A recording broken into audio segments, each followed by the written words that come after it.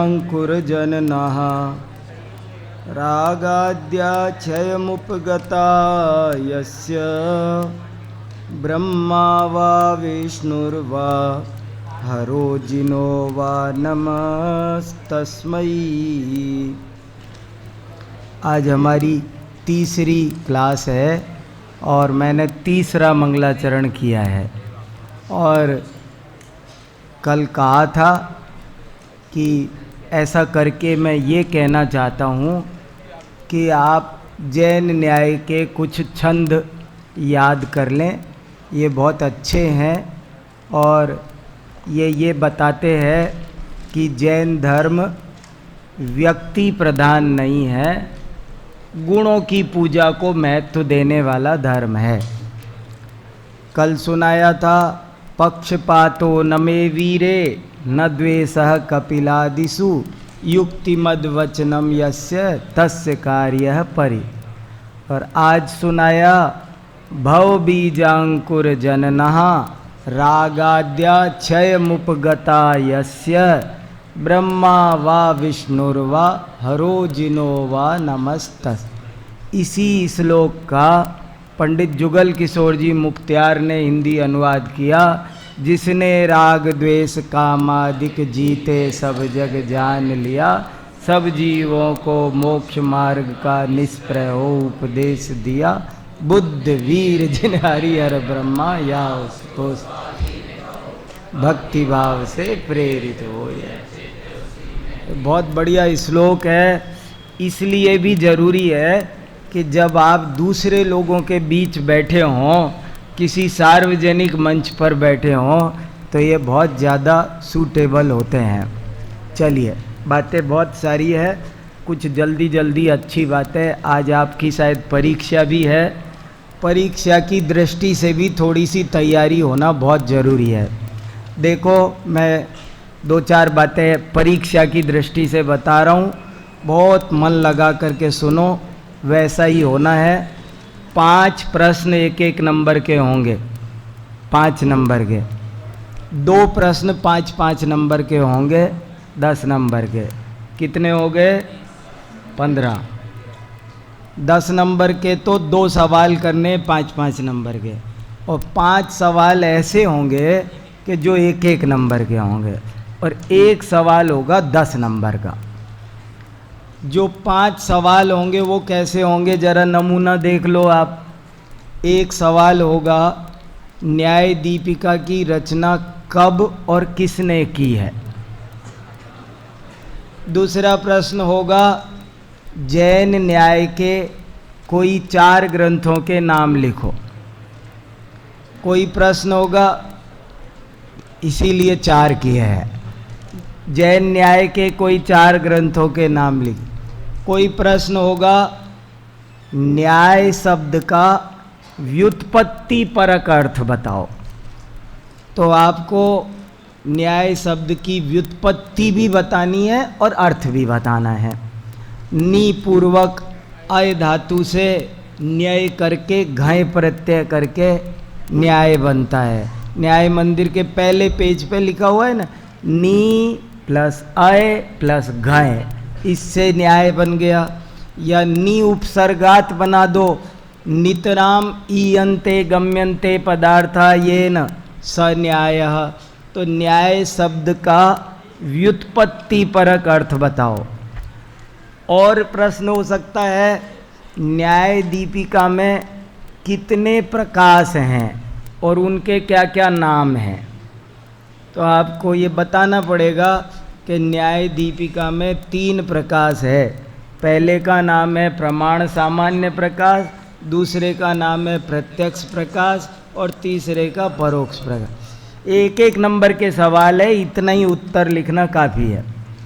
और भी प्रश्न इसी तरह के हो सकते हैं। एक प्रश्न ये भी हो सकता है जैन न्याय का क्या वैशिष्ट्य है। तो आप लिख सकते हैं कि जैन न्याय की अनेक विशेषताएं हैं, जिनमें से निम्नलिखित 2-3 प्रमुख हैं। 2 प्रमुख है, बस इतना काफ़ी है। और 2 प्रमुख में भी आप एक ये बता सकते हैं कि प्राय अन्य न्याय स्वमत मंडन और परमत खंडन के उद्देश्य से लिखे गए हैं, लेकिन जैन न्याय का उद्देश्य खंडन मंडन की बजाय तत्वाधिगम है। तत्वाधिगम शब्द याद रखना, भूलना नहीं, बहुत प्यारा शब्द है। तत्वाधिगम, अधिगम समझे? अधिगम माने जानना, तत्व को जानना। जैन न्याय का उद्देश्य खंडन मंडन नहीं बल्कि तत्वाधिगम है। और क्या विशेषता है जैन न्याय की? जैन न्याय के 2 अवयव है, जबकि अन्य न्याय के प्राय एक ही अवयव है। प्रमाण पर ही सारा न्याय खड़ा है औरों का, लेकिन जैनों का न्याय प्रमाण और नय के 2 पहियों पर जैन न्याय का रथ चलता है। ऐसे करके आप कह सकते हैं। देखो, हमने न्याय को साहित्य की भाषा में प्रस्तुत कर दिया कि जैन न्याय का रथ 2 पहियों पर दौड़ता है। एक है पहिए का नाम है प्रमाण और दूसरे पहिए का नाम है नय। ऐसे कुछ विशेषताएं बता सकते हो। और भी बताई थी, एक विशेषता ये भी बताई थी कि अन्यत्र न्याय के ग्रंथों की संख्या अत्यल्प है, लेकिन जैन न्याय के ग्रंथ 300 से भी ऊपर पाए जाते हैं। और भी बता सकते हो, बहुत है, 2 कोई बताना है। आपको 4 इसलिए बतानी पड़ती है हमें कि कोई 2 भूल जाए तो 2 ही बताएंगे तो 1 भूल सकते हो ना। 4 बताए 2 भूलो तो 2 तो याद रह जाए। तो ऐसे करके क्लियर हो गए। आपको एक एक नंबर के 5 सवाल आपसे पूछे जाएंगे और उनका आपको उत्तर देना है। दोबारा 5-5 नंबर के 2 सवाल पूछे जाएंगे, उनका आपको उत्तर देना है। अब देखो ये 5-5 नंबर के सवाल कैसे होंगे। प्रत्यक्ष प्रमाण का स्वरूप समझाइए। देखो, जब पूछेंगे प्रत्यक्ष प्रमाण का लक्षण बताइए, तो आप केवल लक्षण बता सकते हैं। यहाँ लक्षण ही नहीं बताना, उसका स्वरूप भी समझाना है। तो आपको साफ साफ लिखना है कि प्रत्यक्ष प्रमाण का लक्षण है विशदम प्रत्यक्षम। विशद का अर्थ होता है निर्मल, स्पष्ट, स्वच्छ। और इस निर्मलता का तात्पर्य है कि जो शब्द से, अनुमान से भी नहीं होता, साक्षात से ही होता है, वो जो अनुभव सिद्ध निर्मलता है उसी को विशदता कहते हैं। और ऐसी विशदता जिसका लक्षण है उसे प्रत्यक्ष प्रमाण कहते हैं। ओवर, बस इतना लिखना है। बहुत शांति से अपने प्रश्न का उत्तर नपा तुला संधा सीधे सीधे वाक्य बनाओ। बहुत अच्छे से हर प्रश्न के बीच में एक लाइन का गैप देके ठीक से लिखो, साफ सुथरा, बढ़िया कॉपी आपकी बहुत गंदी ना हो। पहले पेज पर 5 सवाल है तो एक पेज पर 5 सवाल करो, दूसरे पेज पर 5-5 नंबर के 2 सवाल शांति से करो। और देखो 5 नंबर के सवाल और कैसे हो सकते हैं। एक सवाल ये हो सकता है, बौद्धाभिमत प्रत्यक्ष प्रमाण के लक्षण की समीक्षा करो। ये प्रश्न है। क्या प्रश्न है? बौद्धाभिमत प्रत्यक्ष के प्रमाण लक्षण की समीक्षा करो। तो आपको कल बहुत विस्तार से सब समझा दिया था। आप यहाँ से शुरू करेंगे। बौद्धाभिमत प्रमाण का लक्षण निम्नलिखित है, और फिर नीचे लिखिए लक्षण, फिर लिखिए इसका हिंदी सरलार्थ निम्नलिखित है। हिंदी अर्थ, इसका तात्पर्य बौद्ध मतानुसार यह है, और तात्पर्य खोलिए और फिर लिखिए जैन दृष्टि से यह बात इसलिए उचित नहीं है क्योंकि जो ज्ञान उत्पन्न होने वाला है वो निर्विकल्प जो ज्ञान जिसे बौद्ध कह रहे हैं उसको यदि प्रमाण माना जाए तो संशय विपर्य अनध्यवसाय को भी प्रमाण मानना पड़ेगा, क्योंकि वो ज्ञान सामान्य सामग्री दोनों में पाई जाती है। दूसरी आपत्ति यह है कि यदि उस निर्विकल्प ज्ञान को प्रमाण माना जाए तो उनके मतानुसार ये भी बात मान्य करनी पड़ेगी कि ज्ञान पदार्थ और प्रकाश से उत्पन्न होता है। प्रश्न ये भी आ सकता है कि पदार्थ और प्रकाश ज्ञान के कारण नहीं है, क्यों? 5 नंबर का सवाल हो सकता है। तो आपको शुरुआत ऐसे करनी है, बौद्ध दर्शन में पदार्थ और प्रकाश को ज्ञान का कारण माना गया है। देखो, आप समझ रहे हो, आपके वाक्य बहुत नपे तुले होने चाहिए, बहुत शांति से लिखेंगे तो अच्छे वाक्य बनेंगे। बौद्ध दर्शन में पदार्थ और प्रकाश को ज्ञान का कारण माना गया है। वे कहते हैं कि जो ज्ञान जिस पदार्थ से उत्पन्न होता है वो उसी को जानता है और उसी के आकार होता है। तदुत्पत्ति तदाकारता उनका सिद्धांत है। ऐसे ही प्रकाश को मानते हैं। लेकिन जैन आचार्यों ने 2 तर्क दिए हैं। एक तर्क तो ये दिया है कि पदार्थ और प्रकाश ज्ञेय हैं, ज्ञान के विषय है, कारण नहीं। तमोवत परिच्छेद्यत्वात् तमोवत। समझ रहे हो आप? छोटे से सेंटेंस है पर बहुत काम के हैं। तर्क नंबर 1, पदार्थ और प्रकाश ज्ञान के कारण क्यों नहीं है? जैनाचार्यों को 2 आपत्ति है। आपत्ति नंबर 1, पदार्थ और प्रकाश ज्ञान के विषय है, परिच्छेद्य है, परिचित्ति के हेतु नहीं। ज्ञान के विषय है, ज्ञान के कारण नहीं। तमोवत, अंधकार की तरह, जैसे अंधकार ज्ञान का विषय है। दूसरी आपत्ति क्या है?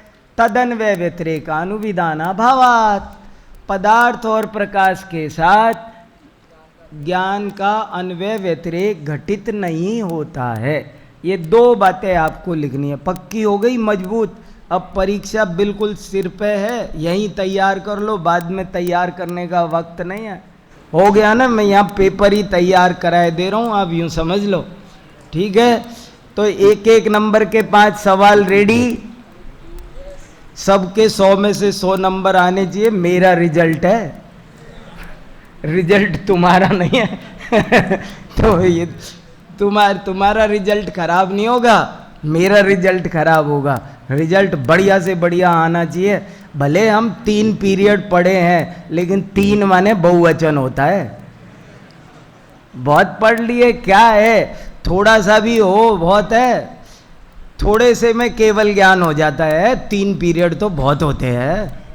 तो ठीक है, पक्का हो गया एकदम। 1-1 नंबर के 5 सवाल बिल्कुल सबके 5 में से 5 आने चाहिए। ओके। दूसरा 5-5 नंबर के 2 सवाल है, सबके बिल्कुल सिंपल। मैंने जो बताए वही आएंगे, उन्हीं में से कोई छूट जाएगा। नए वये की ज़्यादा संभावना मुझे नहीं दिख रही है, पर है ना जो बता रहा हूँ ना, आप ज़्यादा मत भटको। इतना जो बताया है ना उसे एकदम पक्के से पक्का कर लो। ठीक है, बस रिजल्ट चाहिए हमको 100%। लेकिन अच्छा, अब कौन सा प्रश्न बचा?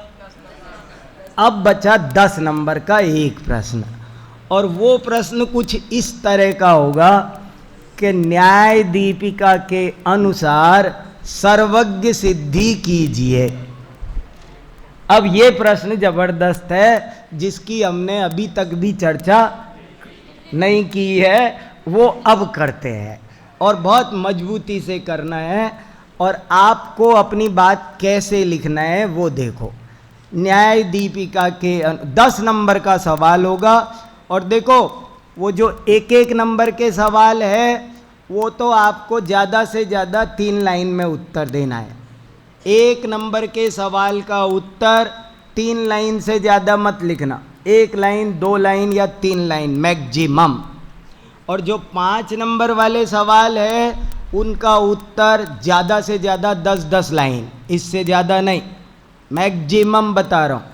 10 लाइन में लिखना है बौद्धाभिमत प्रत्यक्ष लक्षण की समीक्षा, लेकिन ये जो 10 नंबर का सवाल है वो कितना बड़ा लिखना है?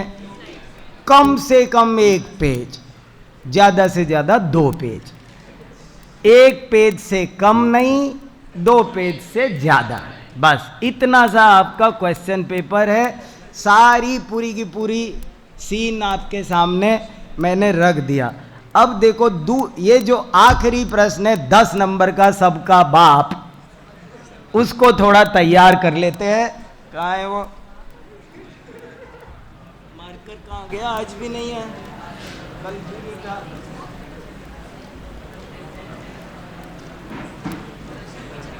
वैसे ही पढ़ाऊं क्या?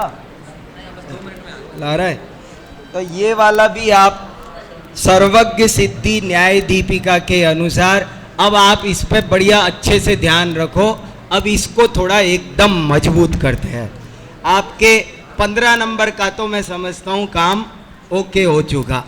अब हम 25 पूरे करते हैं, ठीक है? हमारे पास समय है, बिल्कुल तैयार हो जाएगा, घबराने की कोई ज़रूरत नहीं है। पाठ योजना हमने सब बना के रखी है, उसी हिसाब से काम आगे बढ़ रहा है। देखो कैसे लिखना है। आप इस प्रश्न का भी बाकायदा एक व्यवस्थित रूपरेखा बनाएंगे। अपनी बात को शुरू करेंगे, सबसे पहले ऊपर हेडिंग डालेंगे भूमिका। पहले नंबर पे आप हेडिंग डालेंगे भूमिका या प्रस्तावना। अपनी बात को सर्वज्ञ सिद्धि वाले टॉपिक को कहने के लिए आप सबसे पहले एक 3 लाइन की भूमिका बनाएंगे और उसमें यही कहेंगे, देखो आप यहाँ बराबर शुरू करेंगे।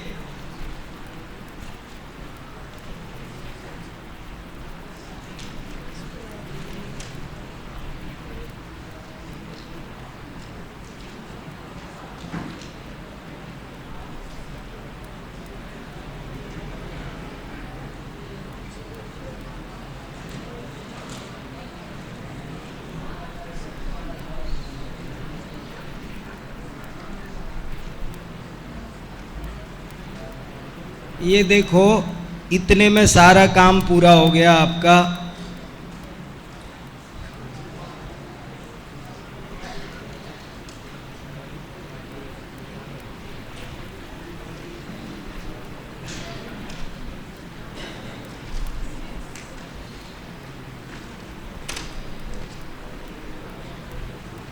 ये 4 उपशीर्षक होंगे आपके प्रश्न में। आप सबसे पहले एक भूमिका बनाएंगे, प्रस्तावना बनाएंगे कि जैन न्याय में सर्वज्ञ सिद्धि का क्या महत्व है। जैसा हमने बताया, शुरू से कर रहे हैं कि शरीर में जो स्थान हृदय का है वही जैन न्याय में सर्वज्ञ सिद्धि का है। कहाँ वो बात आती है, थोड़ा रेफरेंस बना के बहुत सुंदर भूमिका यहाँ बनाएंगे। बनाने के बाद में आप कहेंगे कि प्राय सभी न्याय ग्रंथों की तरह न्याय दीपिका में भी सर्वज्ञ सिद्धि को 2 भागों में या 2 सोपानों में विभाजित करके प्रस्तुत किया गया है। और पहला खंड है सामान्य सर्वज्ञ सिद्धि और दूसरा है विशेष सर्वज्ञ सिद्धि। और ये जब दोनों काम पूरे हो जाएंगे तो अंत में फिर 3 लाइन का आपको उपसंहार करना पड़ेगा कि इस प्रकार सर्वज्ञ सिद्ध होता है और वह सर्वज्ञ कपिलादि नहीं है, अरिहंत ही है। देखो बात को और फिर समझ लो जरा। उपसंहार मैंने पहले बताया, सामान्य सर्वज्ञ सिद्धि। सामान्य सर्वज्ञ सिद्धि का मतलब है कि सर्वज्ञ कोई हो तो सकता है। प्रश्न ये था प्रतिवादी का, वादी प्रतिवादी समझ गए ना आप? वादी माने जो बात को कहता है, स्थापित करता है। प्रतिवादी माने जो बात का पर आक्षेप प्रस्तुत करता है, खंडन करता है। तो प्रतिवादी का कहना था कि सर्वद्रव्य पर्याय विषयम सकलम, ऐसा सकल सर्वद्रव्य पर्याय को विषय करने वाला केवल ज्ञान वो तो हो ही नहीं सकता, इम्पॉसिबल है, ऐसा उसने कहा था। और ये जो पहला पॉइंट है वो ये बताता है कि असंभव तो कुछ भी नहीं है, संभव है।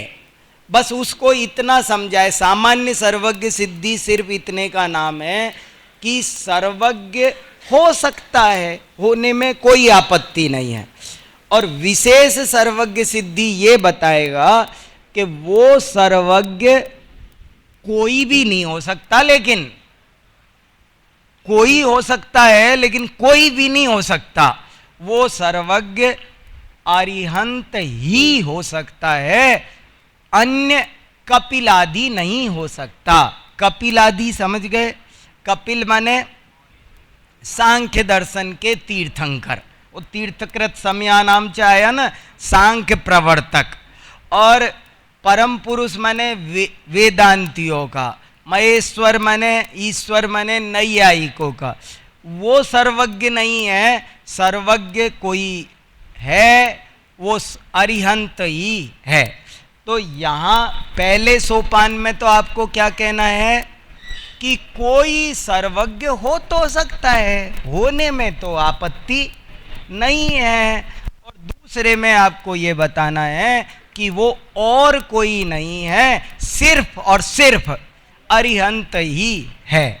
और फिर अंत में अब आप उपसंहार लिखेंगे, इस प्रकार विविध तर्कों के द्वारा यह सुनिश्चित होता है, सिद्ध होता है कि कोई सर्वज्ञ हो सकता है, सर्वज्ञ होना असंभव घटना नहीं है, तथा वह सर्वज्ञ अन्य कपिलादि नहीं है, क्योंकि उनके दोषावरण पाए जाते हैं, और अरिहंत ही हैं क्योंकि वे दोषावरण से रहित है। अब मैं आपसे बहुत ही इंपॉर्टेंट बात, जो इस प्रश्न में आपको 10 नंबर दिलाएगी, 2 कारिकाएं आपको आज ही अभी कंठस्थ करनी है। 2 कारिकाएं कंठस्थ करनी जरूरी है, उसके बिना सर्वज्ञ सिद्धि नहीं होगी और उसमें पूरे नंबर नहीं आएंगे। आप अब अपने अकलंकत्व निकलंकत्व को प्रकट करना है आपको, और तैयार करना है इसको। बहुत सुंदर गाता है, जीवन भर काम आएगी 2 कारिकाएं। एक कारिका सामान्य सर्वज्ञ सिद्धि में चाहिए और एक विशेष में चाहिए। और भी कोटेशन कई है, लेकिन मैं आपको बहुत कठिन नहीं कर रहा, लेकिन 2 चीजें बहुत मजबूत होनी चाहिए। पहली, सूक्ष्मांतरित दूरार्थ प्रत्यक्षा कस्यचिद यथा, इसमें दे रखी है न्याय दीपिका में, ठीक है? कैसे करोगे? या तो लिखो धड़ाधड़, या तो इसको लिखो या किताब में देखो, या अभी याद करो तुरंत। ये कारिका याद चाहिए मुझे, अभी पूछूंगा मैं, 5 मिनट बाद मैं आपसे पूछूंगा, 5 ही मिनट का समय है। फिर सुन लो, कोई लिखो, लिख सकते हो, मिटा दो, लिख दो, ये मिटा रहे हैं। और देखो, सुन लो, अभी याद करो सब लोग। सूक्ष्मांतरित दूरार्थ प्रत्यक्षा कस्यचिद यथा अनुमेयत्वतोज्ञादि रीति सर्वज्ञ संस्थिति। सर्वज्ञ सिद्धि की ये बहुत जानदार गाथा है।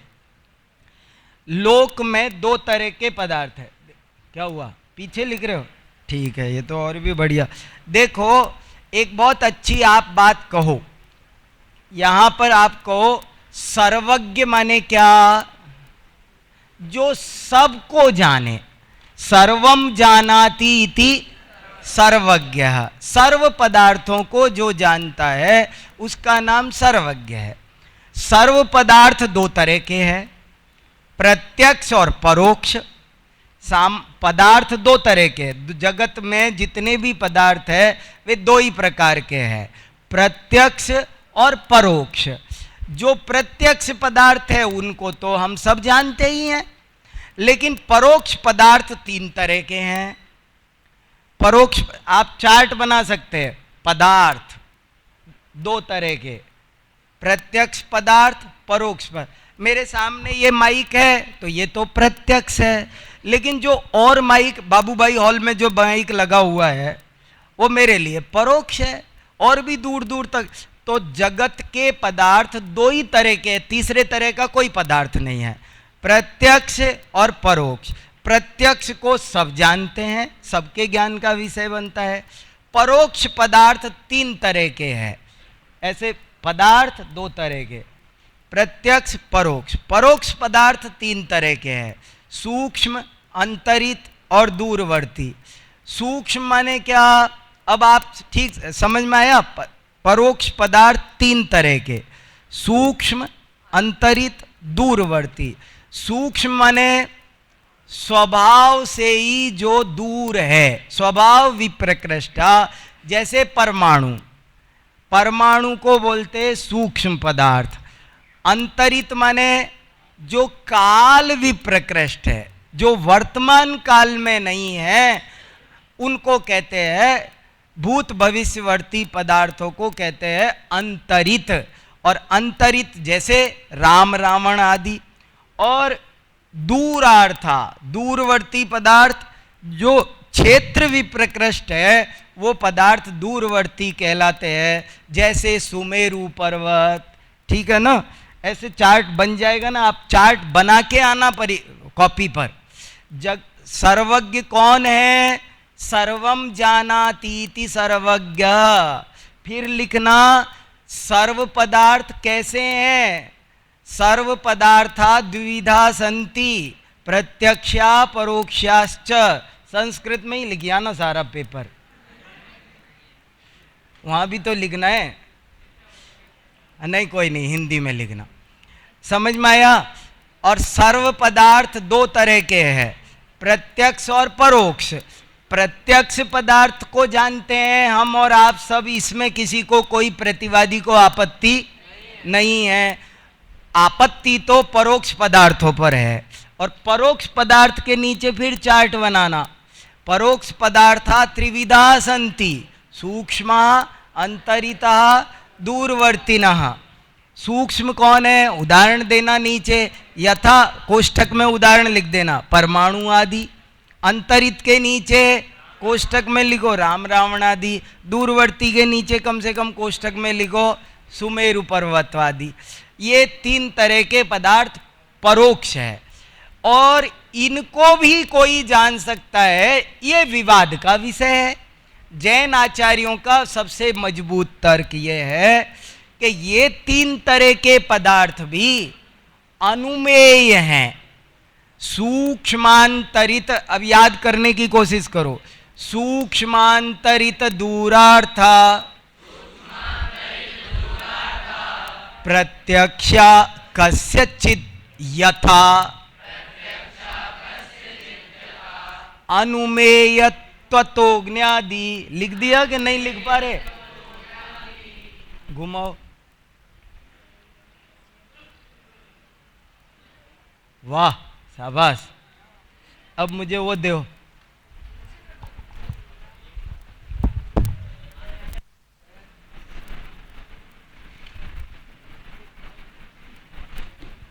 वो कहाँ है?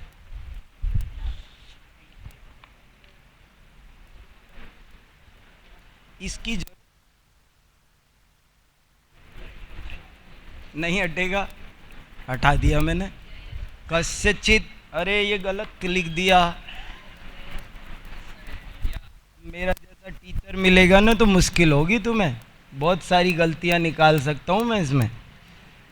यहाँ डैश चाहिए था, फिर देखो यहाँ वो चाहिए, यहाँ वो चाहिए। ठीक है, अब चलो जाने दो, तैयार करो। अब भाई उसमें मत, बाल की खाल मत निकालो। सूक्ष्मांतरित दूरार्था, अब ये नीचे आना चाहिए था। सूक्ष्मांतरित दूरार्था,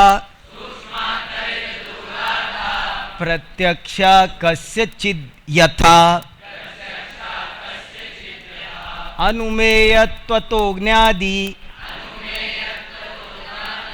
रीति सर्वज्ञ संस्थिति।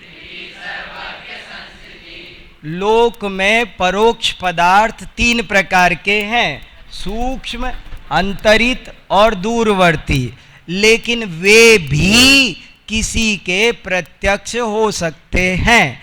क्योंकि वे भी किसी के प्रत्यक्ष हो सकते हैं। कैसे हो सकते हैं? क्योंकि वे अनुमेय हैं। अनुमेय माने अनुमान का विषय है, और जो अनुमान का विषय होता है वो निश्चित रूप से किसी का प्रत्यक्ष भी होता ही है। अनुमेयत्व तो अनुमेय होने के कारण, कैसे? इति यथा अग्न्यादि, कि जैसे हम यहाँ से धुआं देखते हैं, हमने धुआं देखा कि वो वहाँ, और आग का अनुमान किया, तो हमने यहाँ अपने घर की छत से धुआं देखा है, लेकिन वो जहाँ आग लगी है वहाँ के लोगों के लिए तो आग प्रत्यक्ष है। तो इस तरह से ये एक खास बात है, अभी खुलासा करने का वक्त नहीं है, पर आप इतना तैयार करो और इसको अच्छे से लिख के आना। समझ में आया? सामान्य इससे सिद्ध होता है कि कोई न कोई सर्वज्ञ हो सकता है। एक और दूसरा तर्क है जो मैं बता भर देता हूं, ना उसकी कारिका याद कराता हूं ना कुछ कर रहा हूं, लेकिन एक दो तर्क मजबूत है। सामान्य सर्वज्ञ होने के लिए दो तर्क मजबूत है। नंबर एक, जगत के परोक्ष पदार्थ अनुमेय हैं, इसलिए किसी न किसी के प्रत्यक्ष हो सकते हैं। तर्क नंबर दो, कि हर व्यक्ति के दोष और आवरणों की हानि क्रम क्रम से होती देखी जाती है। इससे सिद्ध होता है कि किसी के दोष और आवरणों की हानि पूरी तरह भी संभव है।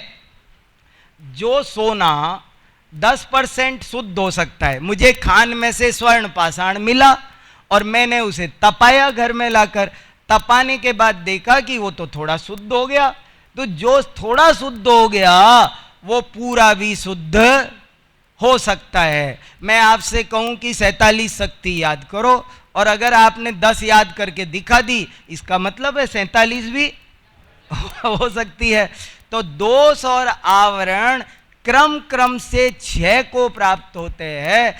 इससे सिद्ध होता है कि पूर्ण भी किसी के 6 हो सकते हैं। सामान्य सर्वज्ञ सिद्धि के लिए आपको ये दो तर्क मजबूती से याद रखने हैं, दो में से एक भी नहीं छोड़ना है, और भी 3-4 है, मैं नहीं छोड़ दिए हैं।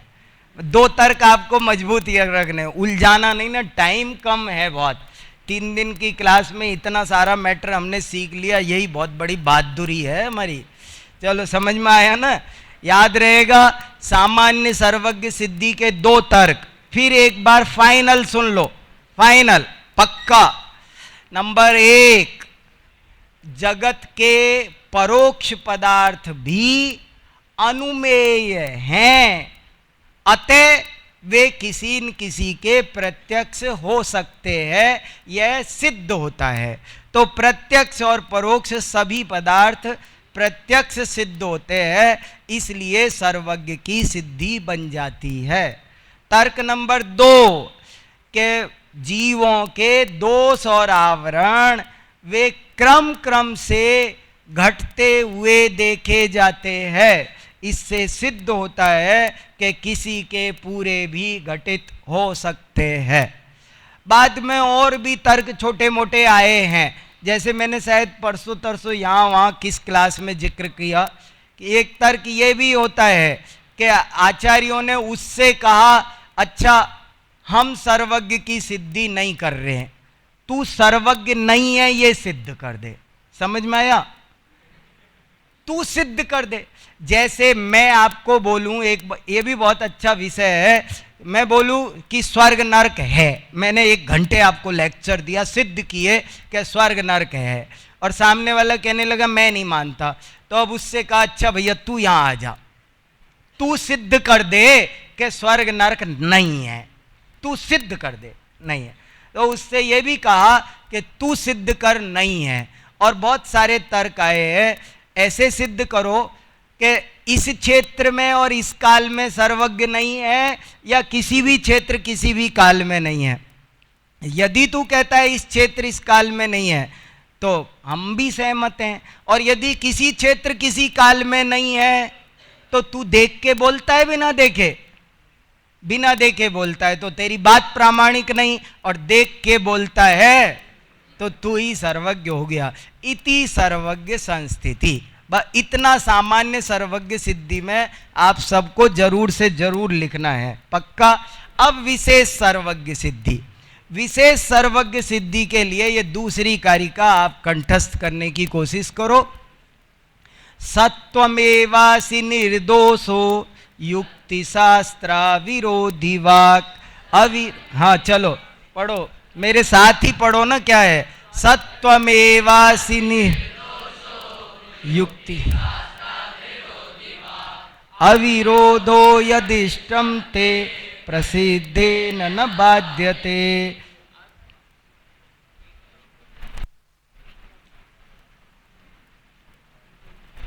ठीक है, कोई नहीं।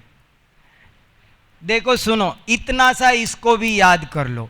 स माने वह सर्वज्ञ, त्वमेव असि, त्वमेव माने हे अरिहंत, आप ही सर्वज्ञ हो। क्यों हो? क्योंकि आप निर्दोष हो। दोष माने क्या? अब देखो, एक नंबर के प्रश्न में पूछा जा सकता है दोष किसे कहते हैं, और उत्तर मालूम है, दोषा रागादयो। आवरण किसे कहते हैं? ज्ञानावर। भाव कर्म को दोष कहते हैं, द्रव्य कर्म को आवरण कहते हैं। समझ में आया? दोषावरण की हानि, दोषावरण की हानि में दोष माने भाव कर्म, और आवरण माने द्रव्य कर्म। दोष और आवरण की हानि वो होती है, वो आप में ही होती है, आप ही निर्दोष हो। और ये बहुत जानदार है, समय नहीं तो बहुत 15 मिनट आनंद आए इसको खुल करके। युक्ति शास्त्रा विरोधी वाक, हे अरिहंत तुम ही सर्वज्ञ हो। क्यों? क्यों? क्योंकि आपके वचन युक्ति और शास्त्र के अविरुद्ध है। देखो ध्यान से सुनो एक लाइन। जैन दर्शन में वचनों से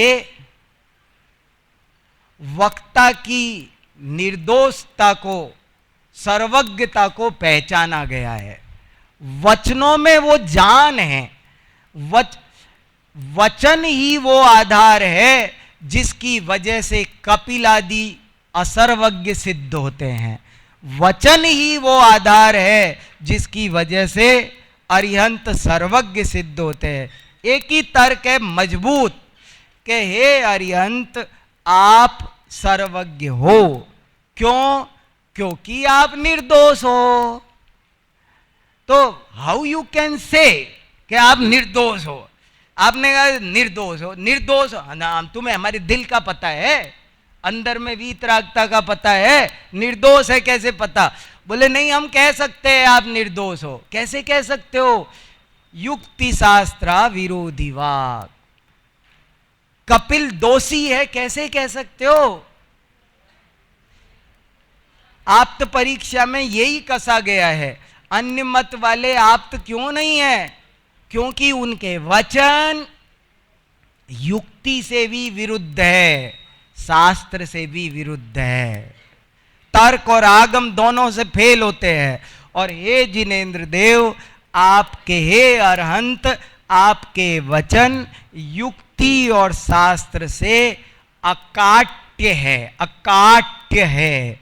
इसीलिए आपके वचन युक्ति शास्त्र के अविरोधी हैं।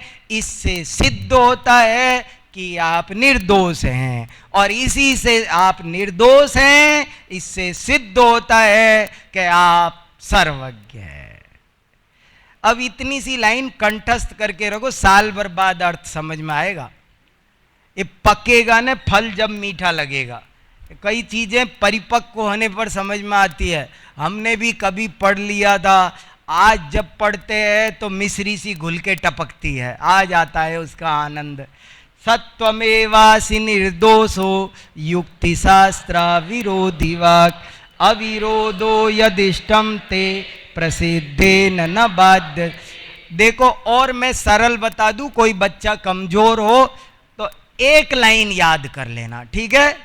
एक लाइन जरूर चाहिए, अब मत और रिलैक्सेशन तो नहीं चाहिए। आपको 2 लाइन याद नहीं हो तो एक कर लेना, एक एक तो कर लोगे पक्का? हाँ, ऐसा तो नहीं है कोई जो एक भी नहीं करेगा। मिल जाएंगे। ये जिसने ये लिख दिया सत्वमेवासि निर्दोषो युक्ति शास्त्र विरोध, बस अब हो गया हमारा काम। ये लाइन में आ गई सर्वज्ञ सिद्धि। ऐसे ही यहां लिखो, एक ही लाइन भी लिखे तो काफी पकड़ में आएगा, पर आपका इतना तो होना ही चाहिए। तो इस तरह से ये सारा पेपर आपका क्लियर हुआ। आपकी परीक्षाओं के लिए हार्दिक शुभकामनाएं, best of luck. Thank you. चलो।